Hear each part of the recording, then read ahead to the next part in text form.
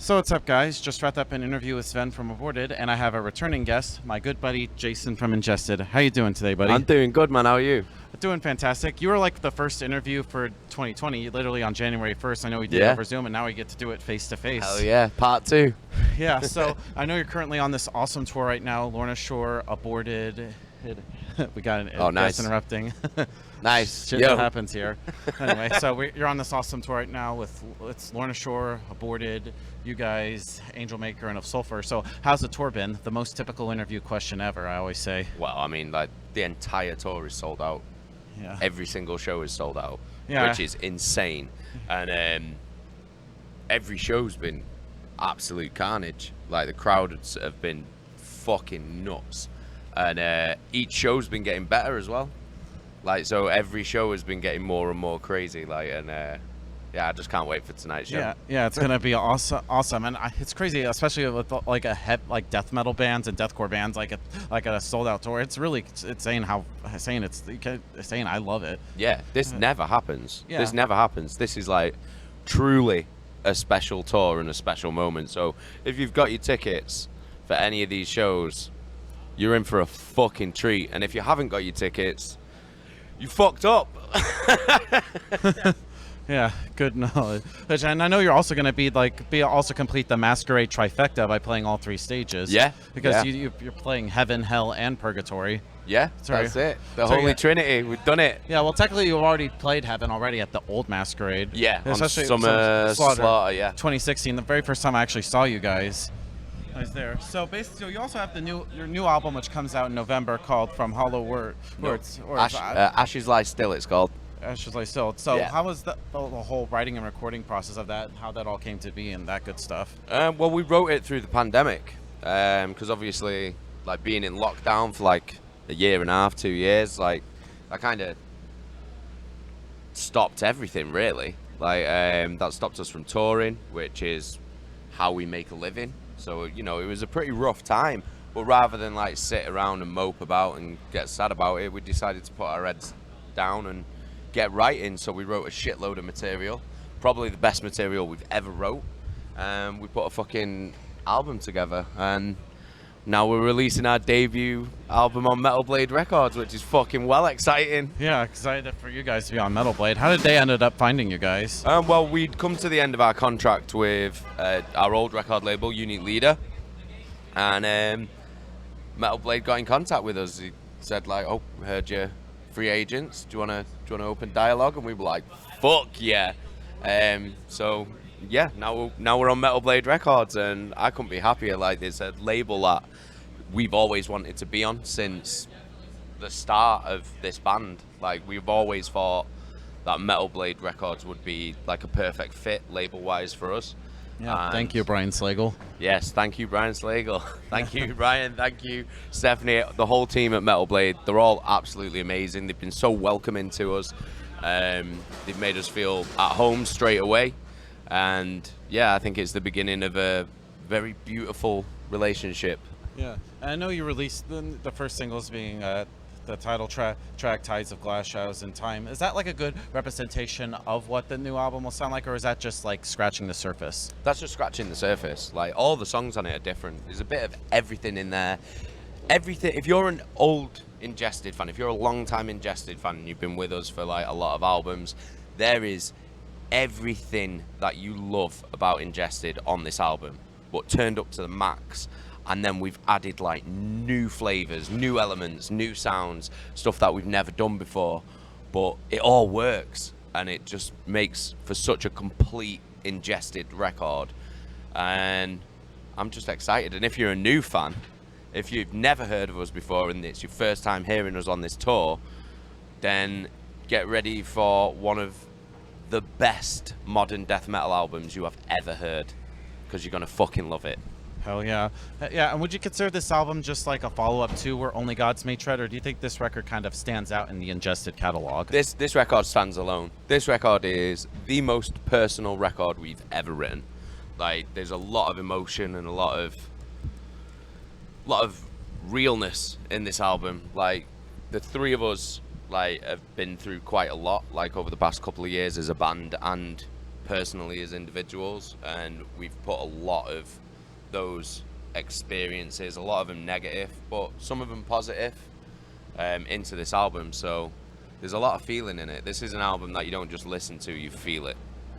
Right. And was there any preconceived idea of making this album, or was there a lot of like trial and error and improvisation along the way? No, we had a clear vision of what we wanted to do with this album straight from the off. We knew exactly where we were going with it. Some things happened along the way, like they do, like organically in the studio. But as far as like vision for the album, we knew exactly what we were doing, like straight from the off. Our goal since we started this band has never changed. Our goal is to be the best fucking death metal band on the planet, and that's never going to change. Awesome. Like me being a fan of Ingested, if you play me 30 seconds of a song, I could tell like, oh, that's all. It's off of Suppressing the Boundaries of Human Suffering or Surruption and so on and so forth. So it's safe to say that you guys always take like a new approach to every album. There's not like a formula that Ingested sticks with. Yeah. So I like to describe Ingested as like a death metal shark. Like we always have to be constantly moving. Like we never stand still. We never just move sideways. We're always moving forward in a direction. Like, because we don't want any of our albums to sound the same. Like that works for some bands, and that's great. Like AC/DC. They know what their formula is, and they stick to it, and that's fine. But we're not that band. We want all our albums to be able to stand individually. I want you to know that you're listening to Ingested, but know that these albums are individual. They don't sound the same. We always add like little elements. We're always experimenting with our sound. We're always improving and doing things that we haven't done on albums before, because otherwise we'd get bored. And at the end of the day, first and foremost, we make music for us. We make the music that we want to hear. And if other people like it, that's fucking great. And if you don't like it, then I don't give a shit. Like, yeah, fuck the haters. I don't give a fuck. Like, we make music for us. And I love that people like it, and like I've got so much love for our fans all around the world. But yeah, like that's the long and short of it. Like, we make music for ourselves, and it just so happens that we seem to be pretty good at it, so people like it. Yeah. And do you almost kind of like view your albums as almost kind of like a self-portrait of who you and the rest of the band were at that particular time? Yeah, definitely. Like more so now. Like I said, with this one, it's like very personal, but like we've been writing personal lyrics for quite a few albums back now. I mean, like when we first started with the first album, it was all like, it was part of like the fucking gore lyrics arms race. Like, you know, when everyone was trying to be the most brutal and the most, oh, this is the most offensive, this is the most disgusting, and all that shit. Yeah. Like, and we did that on the first album, and we went pretty fucking hard on that shit. But after that, it's sort of like, as we've grown as musicians and we grew up as people, it was like we started writing about our own experiences and things we see in the world around us and things that, you know, that has happened to us. But we do it in like a metaphorical way, so it's like you can, if you're listening, you can take whatever meaning you want from that song. And if that's what it's about, love you, Sven. Look at his face. Yeah. Beautiful. Yeah. He just has that creepy rape, kind of like creepy rape face. You're right, my love. Are you okay? That was just the previous interview. This crazy shit that happens in interview. That's tour, bro. Folks. And you mentioned like you wrote this interview while you were kind of also in isolation. Do you think it's better? Do you find it easier to be alone to write, or do you usually need to be in the company of your bandmates in order for that creative spark to happen? No, I need to be alone. I must be alone. No, I have to be alone with my thoughts. Like, it's easier because then I can concentrate and really articulate what it is that I'm trying to get across. But again, it's like I don't want to be too on the nose with my lyrics. I want them to be vague enough that people can derive whatever meaning they want from those lyrics, and then they can form a personal connection with that song because they feel like that it relates to themselves or something that they're going through or something that they're experiencing. And if any of our songs or any of our music can like help anyone in any like tiny way, to me that's worth more than selling 1 million records, man. Do you know what I mean? Right, and I think I might have also touched upon this the previous interview, but can somebody else's own interpretation of like the lyrics can help look at yourself differently as an artist? Yeah.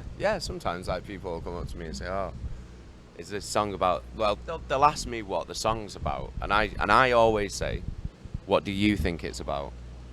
And then they'll tell me that, and then I'll go, "Well, then that's what it's about." Like, because that is what it's about. If you think that that's what it's about, as far as I'm concerned, that's what it's about. Like, I know what it means to me, but I'm more interested in what it means to you.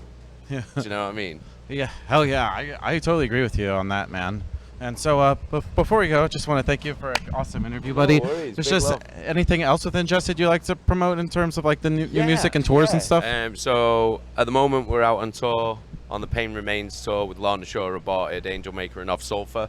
The entire tour is now sold out, so it's going to be absolutely crazy. So if you come into any of the shows, come bang your fucking heads with us, come say hi at the merch stand, pick up some merch, support all the bands, because we appreciate that love and support. It does mean the world to us. We've got a brand new album, Ashes Lie Still, coming out on November the 4th through Metal Blade Records.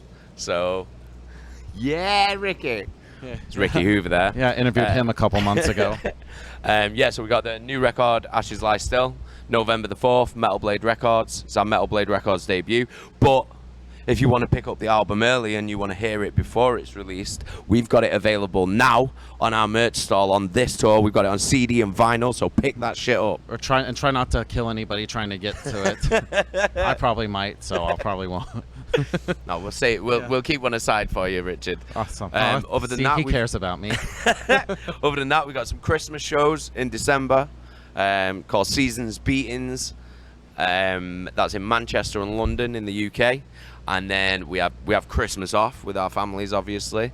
And then March and April, we're hitting Europe with Cannibal Corpse and Dark Funeral, which is going to be absolutely insane. Seeing them in Athens in December, which is going to be nice. So everybody, Jason from Ingested, we'll see you next time.